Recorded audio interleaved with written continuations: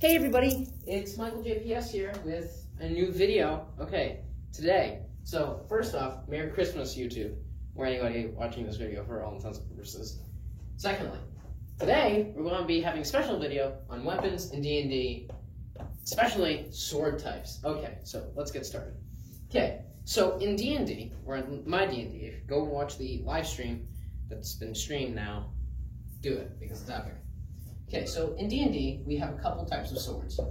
We have the short sword, we have the broadsword, we have something called the long sword, and these are three really good things. Then, on top of that, we have the continuation. We have something called a bastard sword. In this case, the word is not inappropriately in use. We have a two-handed sword. And then finally, we have a great sword. Okay, so I will show all of you the damage, the advantages, and the disadvantages of using each type of sword. Okay, so let's start at the beginning. Short sword. Short sword. Okay. So usually they're about a foot. The blade's about a foot, or a foot and 4 inches, give or take. And so you don't get much reach. The nice thing about having a short sword, though, is it's light and you can use it very quickly. It's very dexterous. So if you have a dexterous character, this is your thing. The dice type for damage in this case, in my D&D, is a D8. So you roll that, and that's how much damage you do. Okay. Next one, broadsword. It's a little bit longer than a short sword, but the nice thing about the broadsword is it's broad. So if you hit something, it's a good slashing weapon because it has weight. It has more weight than the short sword. But the broadsword, it's a little bit longer and it's also broader. It's wider. That's why it's called broadsword, hence the name. This weapon does D10 damage. So that would give it about an average of 5.5. This would do an average about 4.5, the short sword. So the nice thing about the broadsword is it doesn't always have a puncturing tip, but it's a good slashing weapon and it's a good clubbing weapon. With both of these swords, with all of these swords, if you can get the pommel on somebody, the pommel is the round ball piece at the bottom of the hilt. The hilt is where you grip the handle. The handle is part of the hilt, and the hilt, the bottom piece, you can really use that as almost a makeshift mace. You can knock people out, you can crush their skulls. It's pretty good. Okay, next and most dexterous. Longsword. Its damage is a D12. This averages out about 6.5, so round it up and you get about 7 points of damage. Pretty good. It has length, it's light, and it's dexterous. Longswords, typically in European history, good longswords were about 2 to 3 pounds. And so from that, you could probably say that the broadsword was maybe, 1 to 2.5 pounds, and then probably the short sword would probably be 2 pounds approx. I'm not a brilliant genius on this, but this is just free throwing it right now. Okay, so with all these in mind, oh wait, crud. No, okay, so sorry. That's wrong. Excuse me. So the longsword, the nice thing about the longsword is you have reach. The blade is going to be about 36-ish, 30, anywhere from 32 to 36 inches. This gives you that's 3 feet, that's a yard.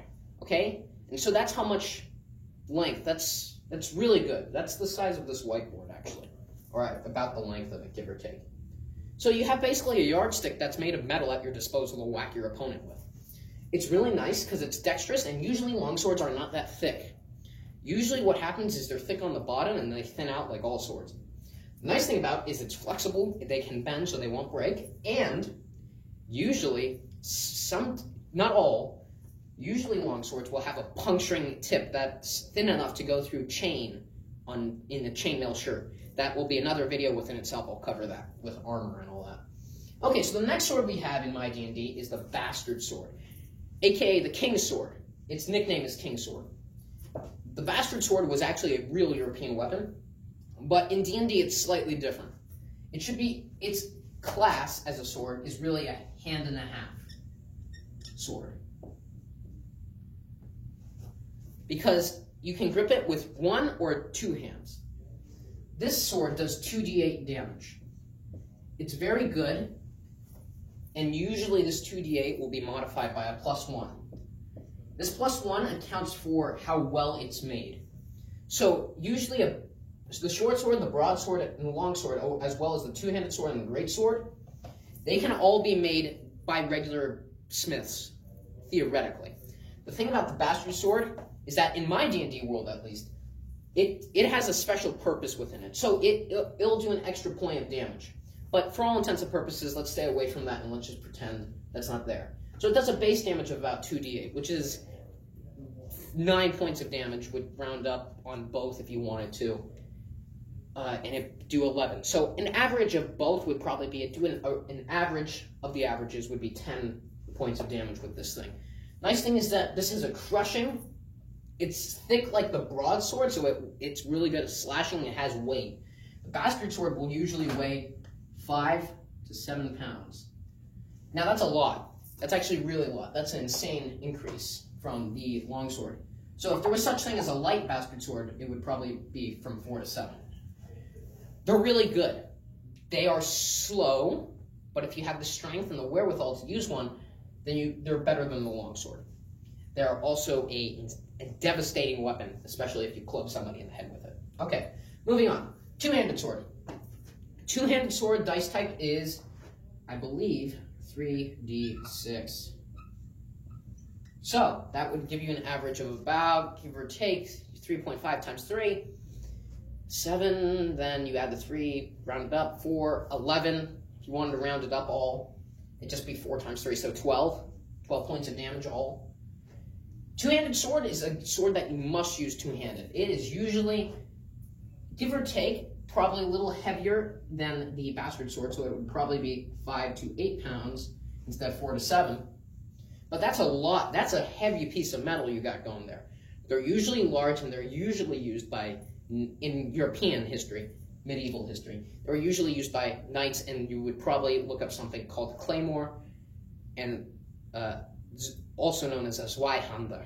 That's weird spelling. I'm not sure if I'm getting that right, but give or take, claymore is usually a better name for the sword. It does an immense amount of damage. Its pommel, which is the round ball at the end, is basically a mace for all intents and purposes. You whack somebody in the skull, they're not going to get up. With all of these swords, I should also mention that any pommel blow to the helmet of a person or to the head, if it's just their bare head and they have nothing on, you're most likely going to kill them. If it's just a pommel blow to their helmet, they will vomit and throw up. A realistic knight, I think in half plate, which is a piece of metal, plates of metal, over a arming coat, which is just some woven cloth to keep it from scratching your hair and whatnot. They put that with a sword, with a real two-handed sword, against another person armed almost as a peasant with one of these swords. I can't remember exactly, probably the same two-handed sword. And the peasant was able, it was really scary, the peasant was able to react just as fast as the knight. The knight was a little slower, but what happened is the peasant found an open window and he took it, and the peasant knocked the snot out of the knight because he used the pommel on the knight's head, and the knight instantly fell to his knees. There was ringing in his ears, and he would have vomited it if it weren't that he threw off his helmet. So if you're a peasant playing in D&D, just pull this one on your DM and say, hey, this is going to kill like anything, guys, because it will. It'll kill the highest of realistic armor. Finally, we get to the final sword, the greatsword. Greatsword weighs in at 4d6 damage. It must be used with two hands, and so in reality, you have to use it as a two-handed sword. So it would probably weigh somewhere from the weight of 7 to 10 pounds. That's a large chunk of metal. It has insane amount of length. It has insane amount of weight. You're putting a lot of power. You're basically swinging a baseball bat that's made of really thick steel, not aluminum. This thing is your thing. This boy weighs in at 4d6, which means that you'd get 3.5 times 4. So just to make that easy, that's 16 points of damage, right? Compared to everything else, this is your weapon if you're going to get one hit and one hit only. This will basically annihilate anything that's not wearing armor. even if you are wearing armor, the concussive force from hitting somebody, either with the pummel or with the blade, would seriously put them back a little bit. These are all the swords there are in general, in my D&D at least as well. These are all approximations and usually are drawn from European history, more specifically medieval and late medieval periods. There are subcategories which I will get to right now. Okay guys, so I'm back with some subcategories. We have 3 right now. We have Gladius, we have the Spatha, and we have the Katana. So I'll start with the Gladius. So the Gladius is from history, and it's from ancient Rome. The Romans would use this. Its length is that of a short sword, but there are different types of Gladius. I don't know all the names. But usually there were a couple types. There was a longer Gladius that looked somewhat like this. Excuse my art skills. But if this was your Gladius right here, then it wouldn't have much of a guard on it, by the way. But if this was your Gladius, your average Gladius, it would look something like that, right? Small, not spec, but understood. The other variants would be that there would be a widened area that would do extra damage, extra thrusting damage, especially if it pierced the enemy. I obviously over-exaggerate, but that's give or take what it would have looked like. It was a thicker front. You can go look up Hispanicus Gladius. That's what this one was called. There was another one with a lesser amount of that called the Mainz, M-A-I-N-Z. It's a good Gladius too. It was a little longer and it did some really nasty stuff. And then a slightly lighter Gladius would be a Pompey Gladius. It's a thinner version of this. Still a short sword, but it was more dexterous. It was nicer. So if you're playing as a peasant or an ancient Roman peasant, then you would want to go for the Pompey. And if you were playing as a heavy legionary, go for the Hispanicus. It's basically a longer short sword. I'm not sure if it's broadsword. I don't think so. But it has that nice large bulge at the end, which would allow you to puncture through stuff and really take heads off. Really good. Okay, so now we will get to the Spatha. The Spatha is basically an ancient Roman longsword. It looks somewhat like the Pompey version of the Gladius, with the exception of one thing. There were different versions of the Spatha throughout the Roman Empire. So you have the Spatha. Spathas went all the way back to 55 AD, Anno Domini, in the year of our Lord Jesus Christ. And they went all the way up to the fall of the Roman Empire, which was in 476. But most notably, there was the 1st century, 2nd century, 3rd century, and 4th century. These are the big hitters right here. So in the 1st century, you got something that looks like this. In the 2nd and 3rd, the tip would become duller and it'd become more of a slashing weapon, and its guard would become a little wider. It would also gain a ovular pummel made of wood. In later centuries, I could also see, from a romantic flair, that perhaps the tip would get re-sharpened, and perhaps the pummel would become that of maybe horn or steel, or not steel, excuse me, metal. That's the Spatha.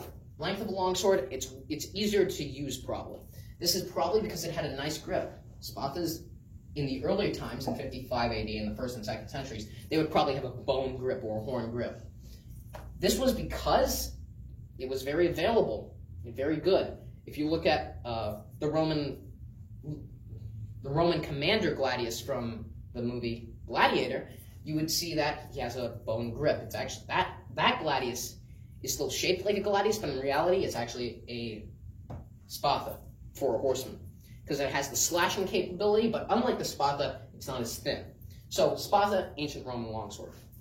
Now we will get to the most interesting of all of these. We will get to the Katana. Okay, so the Katana, it has a couple versions, and excuse me, all you weebs out there, I don't know every single thing about katanas. I'm not a brilliant genius, but katanas, they're slashing weapons and anti-flesh weapons. Okay, so any soft armor it will go through. Leather, gambeson, which is just cloth armor, clothes, flesh, it'll go through that. Katana, pros. It's really good at cutting through things. Very good cutting. The bad news is, if you're not trying to saute a fillet here, the katana will fail you. The katana is bad at going through chainmail or plate, or even stone or wood. The samurai, who are ancient Japanese warriors, they would use it, but they would also use basically clubs with little bops, almost of metal on it. It would look something like this. Almost not a primitive, but it would be a club for all intents and purposes. So, because that would crush their opponent's armor. The katana was really good at managing the peasants, which in Japan there were a lot, because that's how you get your food. I'm not going to get into that, but katana, really good against anything that is flesh. Bad against anything that is solid. If it's stone, wood, metal of any type, katana is going to fail against it. Katana has one speciality purpose, and it is good at going through flesh and muscle and cloth. Anything that comes from something natural, anything that comes from something that has died, like a cow hide, just chop right through. That's not to say that the katana is not a good weapon. Katana is a good weapon in its own right. Longsword versus katana. People have asked this a lot. Longsword is better all around because it's a better all-around weapon, but it's not as good as cutting. Katana, better at cutting, but not so good against plate.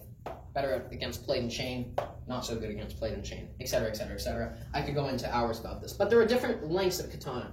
In reality, if you remember the subsections of short, broad, long, and bastard sword, as well as maybe a knife and a dagger variant, there was all types of katanas. The most notable was called an odachi. An odachi is basically a longsword katana. That was just the average thing. There's, in my game, what I call them, is the odachi is the base one. And then from there, a broad odachi would mean you just add that on the front, and it would mean that, short, boom, respective to their lengths. Knife. I wouldn't say knife odachi because there's actually another word for saying a knife katana, but I'm not going to get into that. And then a bastard odachi, you just say bastard odachi. That's just me. So, this is all the subcategories there are right now. Not forever. But tell me what you guys thought of this video. I hope you all enjoyed it. Go ahead and subscribe if you haven't. Or else me and the boys at 3 AM will hunt you down with our katanas and clubs and eat your bed alive. Why not? Hope you guys all enjoyed this Michael JPS Gaming video. Not so much gaming, but more just me ranting. I'll talk to you all later. Merry Christmas and Happy New Year. Bye!